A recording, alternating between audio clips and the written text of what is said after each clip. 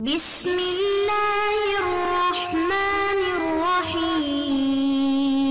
بسم اللہ الرحمن الرحیم ربنا آتنا فی الدنیا حسنة وفی الآخرة حسنة وقنا عذاب النار۔ عزیز طلبہ، السلام علیکم ورحمۃ اللہ وبرکاتہ۔ امید ہے آپ سب خیریت سے ہوں گے۔ اصول الکافی سبق 21 میں مقدمہ اصول کافی کا 15واں حصہ ذکر ہونے والا ہے۔ سب سے پہلے خلاصہ جات کو دیکھ لیتے ہیں۔ گزشتہ سبق میں ہم نے مقدمہ اصول کافی کا 14واں حصہ ذکر کیا تھا، جس میں عقل مند اور باشعور انسانوں کے لیے جہالت سے دوری اختیار کرنے کی ضرورت کے دلائل بیان کیے تھے۔ جہالت پر عقل مند انسانوں کی بقا جائز نہ ہونے کے دلائل اور علل و اسباب ذکر ہوئے۔ حل لغات اور شارحین کا نظریہ بھی ذکر ہوا۔ آج کے سبق میں ہم مقدمہ اصول کافی کا 15واں حصہ ذکر کرنے والے ہیں۔ علم دین ضروری ہونے کے دلائل اور علل و اسباب بیان ہوں گے۔ علم دین کے شعبے اور متعلقہ مسائل، حل لغات اور شارحین کا نظریہ بھی ذکر ہونے والا ہے۔ گزشتہ اسباق میں ہم نے اس بات پر تاکید کی ہے کہ معارف اساسی اور بنیادی عقائد میں تقلید جائز نہیں ہے، تو اس کی وجوہات درج ذیل بیان ہوئی ہیں۔ معارف کا بدیہی نہ ہونا، یعنی عقائد کی تفصیلات یہ بدیہی نہیں ہے، 2 + 2 4 کی طرح واضح اور روشن نہیں ہے، اس وجہ سے ان میں عقلی بحثوں کی ضرورت ہے، تفکر استدلال کی ضرورت ہے، تقلید کافی نہیں ہے۔ اختلاف کی صورت میں بغیر ترجیح کے ترجیح کا محال ہونا، چونکہ ان معارف میں بعض اوقات اختلافات پائے جاتے ہیں تو بغیر دلیل کے کسی صورت کو ترجیح دینا بھی ممکن نہیں ہوتا۔ اختلاف کی صورت میں تمام نظریات کی تصحیح بھی محال ہوتی ہے، کیونکہ یہ بھی واضح سی بات ہے کہ اگر اختلاف پایا جاتا ہے اور انسان سارے نظریات کو صحیح قرار دینا چاہے تو یہ بھی محال ہوتا ہے، چونکہ اجتماع نقیضین لازم آتا ہے۔ پس دلیل اور برہان کی بنیاد پر انسان کو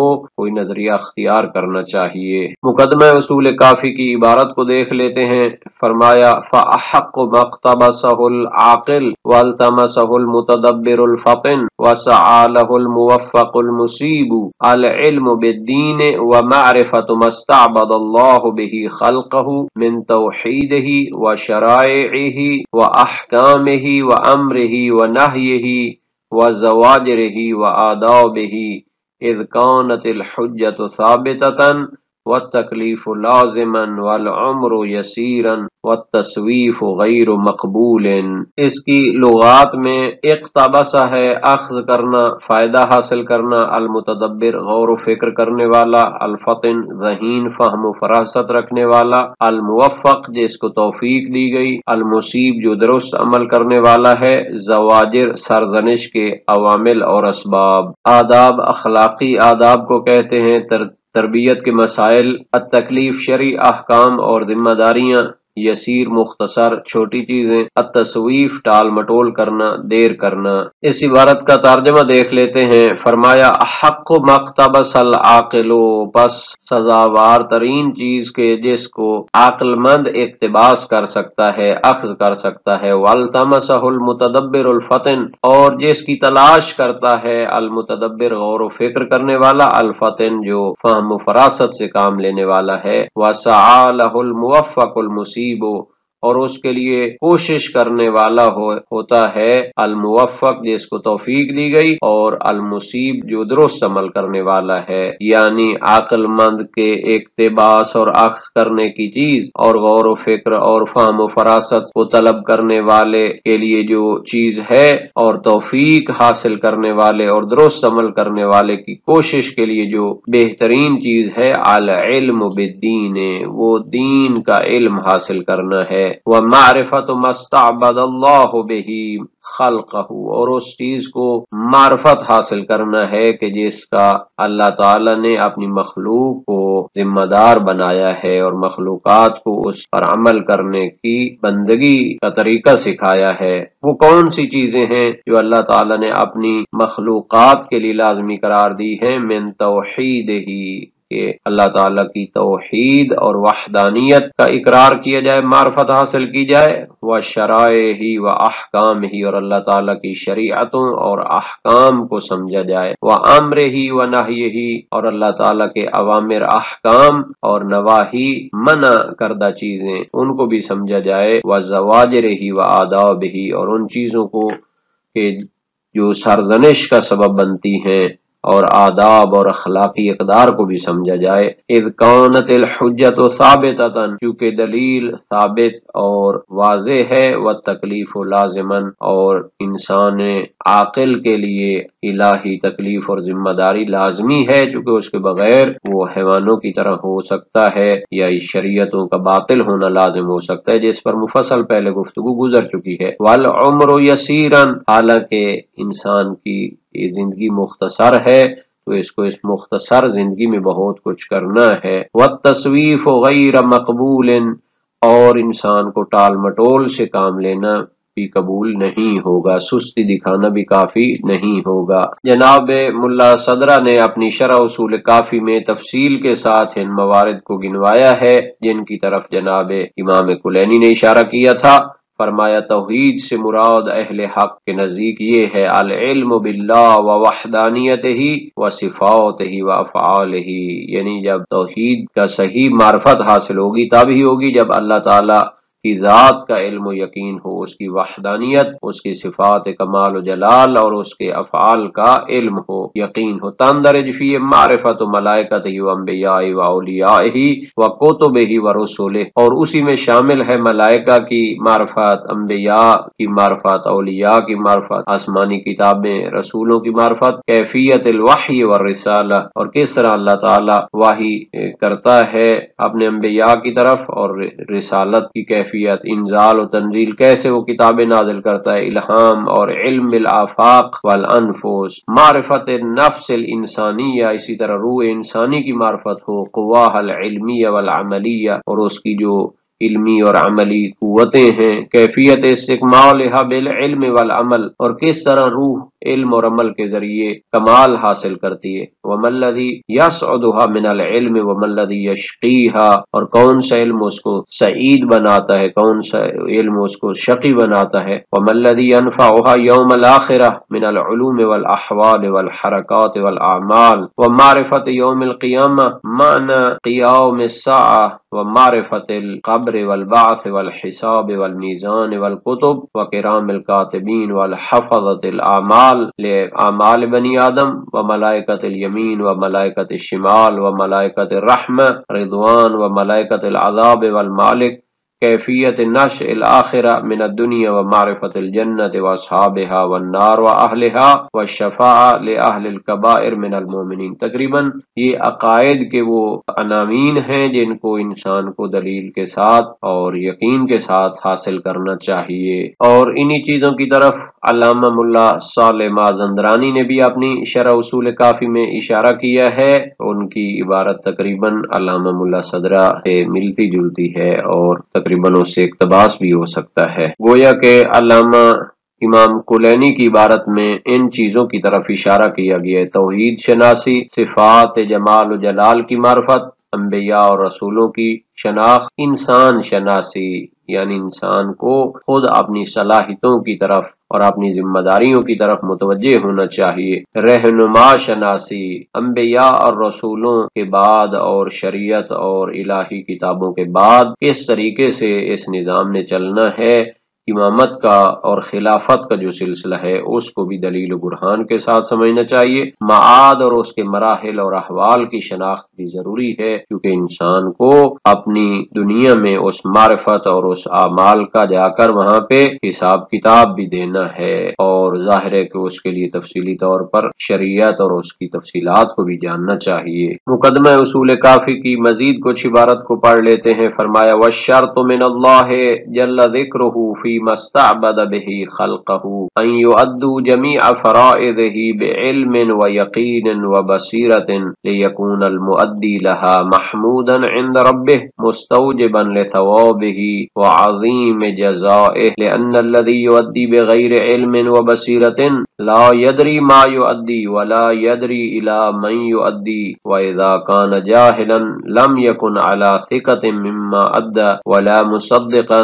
لأن المصدق لا يكون مصدقا حتى۔ اس عبارت میں جو لغات ہیں، المؤدی انجام دینے والا، ادائیگی کرنے والا، مستوجب مستحق حقدار کو کہتے ہیں، ثقہ اطمینان اور اعتماد حاصل ہونا، مصدق تصدیق کرنے والا۔ علامہ کلینی کی اس عبارت کا معنی دیکھ لیتے ہیں، والشرط من اللہ، جتنی بھی دین کی تعلیم حاصل کرنی ہے، معارف کو حاصل کرنا ہے، اس کی شرط اللہ تعالی نے جو قائم کی ہے، جو چیزیں اس نے اپنی مخلوق کو ذمہ داری قرار دی ہے، ان یؤدوا جمیع فرائضہ، کہ وہ اللہ تعالی کے تمام فرائض کو انجام دیں، بعلم و یقین و بصیرت، علم و یقین اور بصیرت اور آگاہی کے ساتھ، لیکون المؤدی لہا محمودا عند ربہ، جب انسان عقائد کی معرفت اور اپنی شرعی ذمہ داریوں کی معرفت اور علم و یقین کی بنیاد پر کرے گا تو ان کو انجام دینے والا اللہ کی بارگاہ میں محمود ہوگا، اس کی تعریف کی جائے گی، مستوجبا لثوابہ، اس صورت میں وہ اللہ کے ثواب کا مستحق ہوگا، وعظیم جزائہ، اور عظیم جزا جو آخرت میں حاصل ہونی ہے اس کا وہ مستحق ہوگا۔ علم و یقین اور بصیرت کو شرط قرار دیتے ہیں علامہ کلینی، لأن الذی یؤدی بغیر علم و بصیرت، چونکہ وہ شخص جو علم و بصیرت کے بغیر عقائد رکھتا ہے، معرفت رکھتا ہے، یا جناب علی شریعت کے اعمال پر عمل کرتا ہے، لا یدری ما یؤدی، اس کو پتہ بھی نہیں ہوتا کہ وہ کیا ادا کر رہا ہے، لا یدری الی من یؤدی، اور کس کی بارگاہ میں یہ واجبات انجام دے رہا ہے، یا وہ جانتا ہی نہیں ہے، نہ اس ذات کی معرفت رکھتا ہے جس کی بارگاہ میں وہ عبادت انجام دینا چاہتا ہے، اور نہ ہی اس عبادت کی معرفت رکھتا ہے۔ وَإِذَا كَانَ جَاهِلًا، جب وہ جاہل ہو، لَمْ يَكُنْ عَلَى ثِقَةٍ مِمَّا أَدَّى وَلَا مُصَدِّقًا، تو اس کو اعتماد ہی نہیں ہے کہ جو چیز میں نے انجام دی ہے تو یہ ٹھیک انجام دی ہے، اور نہ ہی وہ تصدیق کرنے والا ہو سکتا ہے، کیونکہ تصدیق اور اطمینان کب آتا ہے؟ جب انسان کو علم و یقین اور بصیرت ہو، لأن المصدق لا يكون مصدقا حتى، یہ تقریباً اس کی دلیل ہے، بعد والی عبارت میں آنے والی ہے کہ انسان تصدیق تب کر سکتا ہے جب وہ علم و یقین اور بصیرت رکھتا ہو۔ اس عبارت کے بارے میں علامہ ملا صدرہ نے شرح اصول کافی میں نہایت دقیق بات کی ہے، فرماتے ہیں لأن المقصود من وظائف الفرائض والطاعات ان يكون تأديها وسيلة للتقرب والزلفى لديه فلا بد ان يتعدى بعلم وبصیرہ، ان تمام فرائض اور اطاعات کا مقصد کیا ہے کہ ان کو انجام دے کر انسان اللہ کی بارگاہ میں تقرب حاصل کرے، اس کا قرب حاصل کرے، تو ضروری ہے کہ اس کو علم و بصیرت کے ساتھ انجام دیا جائے۔ فالعلم بما يتقرب بها الیہ روح العمل لا يحصل الا به ولا يتقوم دونه، پس علم و یقین کے ذریعے ہی روح عمل حاصل ہوتی ہے اور انسان کے عمل میں جان آتی ہے۔ فانما الاعمال بالنیات، احادیث میں بھی ہے کہ ان اعمال کا دار و مدار نیات پہ ہے، اے بالعلم بہا و بما تؤدى بہا، جب انسان اس کی علم و معرفت رکھتا ہوگا، یقین کے ساتھ اس کو انجام دے گا، اس کے اندر پائے جانے والے اسرار کی طرف متوجہ ہوگا، تو پھر لیکون المؤدی لہا محمودا عند رب مستوجبا لثواب، تو اس کو انجام دینے والا اللہ کی بارگاہ میں محمود ٹھہرے گا، اس کی تعریف کی جائے گی، مستحق کے ثواب اور جزا ہوگا۔ لأن الذی یؤدی بغیر علم و بصیرہ لا یدری ما یؤدی ولا یدری الی من یؤدی فغیر العارف بربہ لا یمکنہ قصد التقرب الیہ ولأن المؤدی للفرائض، کہ جو انسان معرفت ہی نہیں رکھتا اللہ تعالیٰ کی اور اس کے رسولوں کی اور اس کے جزا اور ثواب کی، تو وہ کس چیز کا قصد کرے گا؟ قصد تقرب اس سے ممکن نہیں ہوتا۔ علامہ ملا صالح مازندرانی نے شرح اصول کافی میں بھی اس کے حوالے سے بہترین بیان دیا ہے، بلکہ قرآنی آیات سے بھی استفادہ کیا ہے۔ امام کلینی کی عبارت میں تھا کہ شرط یہ ہے کہ انسان جو اللہ تعالیٰ کے دین کی تکالیف کو انجام دیتا ہے، احکام کو انجام دیتا ہے، تو علم و یقین و بصیرت کے ساتھ ہو۔ قرآن کریم میں ہے لا تقف ما لیس لک بہ علم، جس چیز کا آپ کو علم و یقین نہیں ہے تو اس کی پیروی نہ کریں۔ فاسألوا اہل الذکر ان کنتم لا تعلمون، اگر نہیں جانتے تو اہل ذکر جاننے والوں سے سوال کرو۔ فلم تحاجون فیما لیس لکم بہ علم،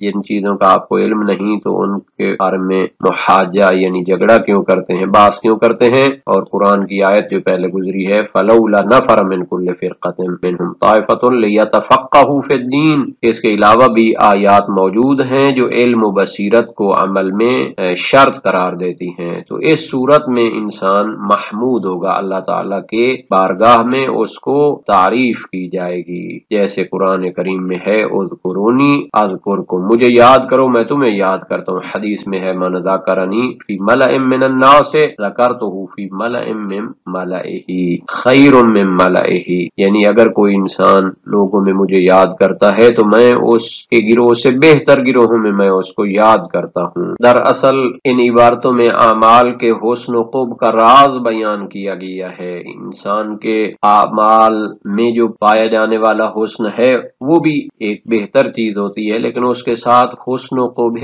فاعلی بھی کردار ادا کرتا ہے۔ حسن و قبح فاعلی کہاں سے پیدا ہوتا ہے؟ انسان کی معرفت اور نیت سے پیدا ہوتا ہے۔ انما الاعمال بالنیات کے ذریعے